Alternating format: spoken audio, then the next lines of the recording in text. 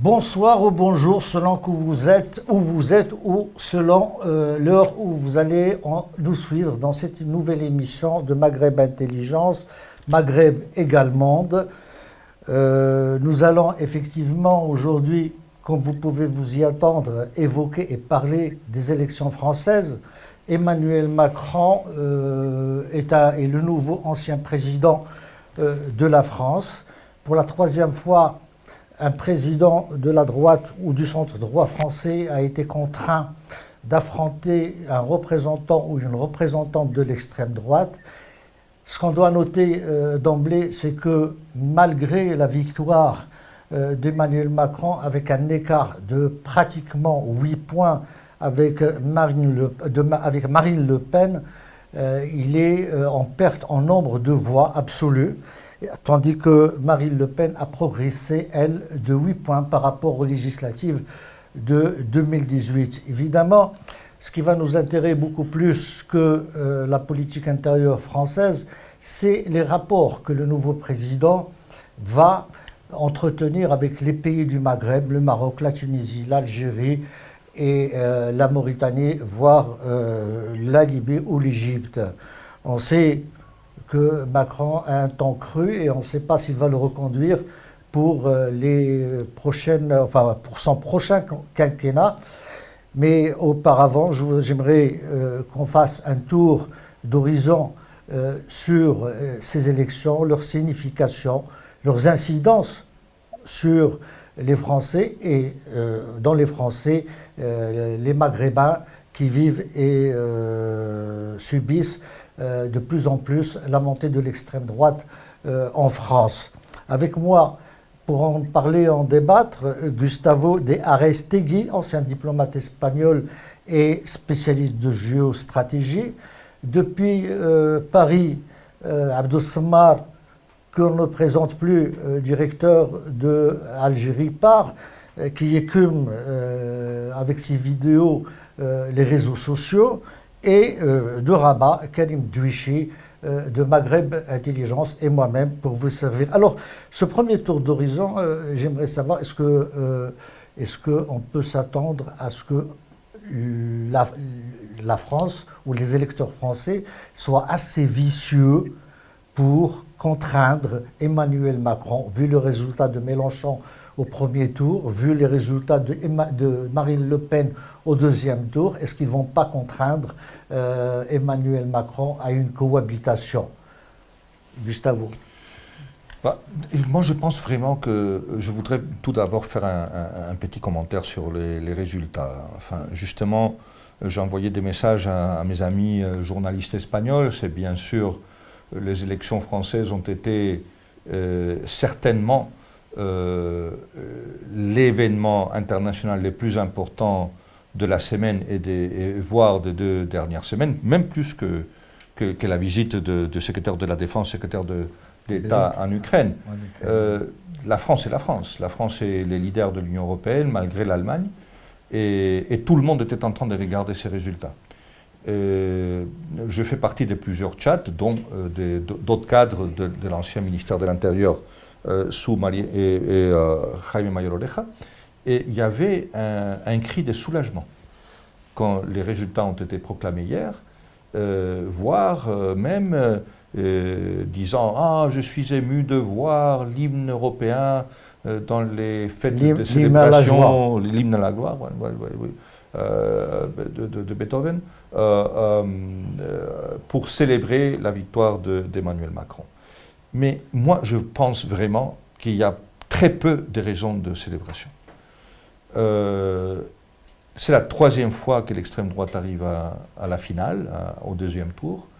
C'est la 3e fois que les pays qui a certainement les régimes démocratiques le plus stable de l'Union européenne doit s'affronter à la dualité entre l'extrême droite et un pays mainstream. C'est en effet, si on peut appeler Macron, qui vient de la gauche modérée, centre-droite, disons qu'il est mainstream. Il y a une deuxième réflexion à faire, c'est la disparition dramatique, pathétique, je dirais même, des deux partis principaux de la vie politique française des derniers 40 ans, et les socialistes et les républicains. Ça doit forcer une réflexion sérieuse au sein de l'Union européenne, voir qu'il y a un extrémisme qui est en train de s'enraciner en Europe, tant à la gauche comme à la droite. Et maintenant, est-ce qu'il y aura une cohabitation après comme conséquence des élections législatives? J'espère que non. Une cohabitation tant à droite comme à gauche serait une catastrophe pour la France, ça serait une catastrophe pour l'Europe. Il faut comprendre que Marine Le Pen est la meilleure amie en Europe aujourd'hui de Poutine, et que Mélenchon est quelqu'un qui a dit que la Chine est un pays démocratique, que Cuba est un exemple, que Nicaragua et que Venezuela sont des pays où les libertés sont respectées. Et ça doit être la règle de mesurer quelles sont les vraies convictions démocratiques de l'un et de l'autre. Abdou Samar, bien sûr, ce que vient de dire Gustavo à propos de Mélenchon et de Marine Le Pen, qui le reprochent particulièrement d'être les amis de Poutine ou les amis de la Chine, ne résonne pas de la même manière en Europe, chez l'électorat occidental, que de ce côté-ci de la Méditerranée. J'aimerais bien avoir ton commentaire là-dessus, mais également, est-ce que tu crois qu'au vu des résultats, effectivement, les Français pourraient, parce qu'on l'a vu dans l'histoire un peu récente de la France, de la Ve République, que chaque président qui a fait un deuxième mandat était contraint à la cohabitation.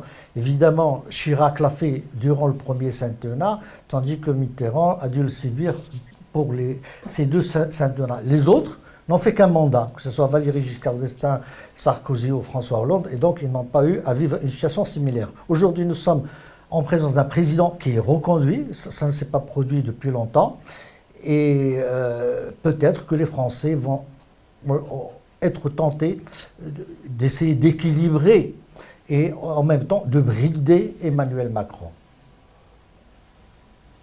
C'est effectivement, Naïm, le soulagement dont parlait Gustavo il est relativisé en tout cas. Il est relatif. Même à Alger, en tout cas, il y avait un grand soulagement. Parce que si Marine Le Pen est l'amie de Poutine ou peut plaire à la Chine, à d'autres régimes dictatoriaux, elle n'est pas l'amie du régime algérien, elle n'est pas l'amie de l'Algérie, pour des raisons historiques, pour des raisons de mémoire et pour des raisons qui sont liées à la communauté algérienne, la forte présence de la communauté algérienne en France. Marine Le Pen avait déjà menacé les intérêts de l'Algérie de manière directe durant toute sa campagne électorale. C'est ce qui explique le grand investissement de l'Algérie auprès de Emmanuel Macron. Et c'est la première fois que l'Algérie a quasiment affiché la couleur de manière ostentatoire. Rappelez-vous, la grande mosquée de Paris, financée presque intégralement par l'Algérie. Il y a un ensemble de... Abdou, une question précise sur ce que tu viens de dire. Effectivement, Marine Le Pen a décrété que l'histoire du rapatriement des irréguliers allait s'imposer. Je vous entends, Naïm, je vous entends. Ça s'impose à l'Algérie, mais il ne faut pas oublier qu'il y a un problème de sang avec... maintenant, il y a un problème de sang avec Abdou. Je vous entends très bien maintenant. Alors, mais il ne faut pas oublier que également, quand il y a eu l'histoire des visas avec Emmanuel Macron, c'était sur la même... Ça a coupé. Ça a coupé encore. Maintenant, tu m'entends? Dès que tu m'entends, tu me le dis, Abdou. Sinon, je reviens vers toi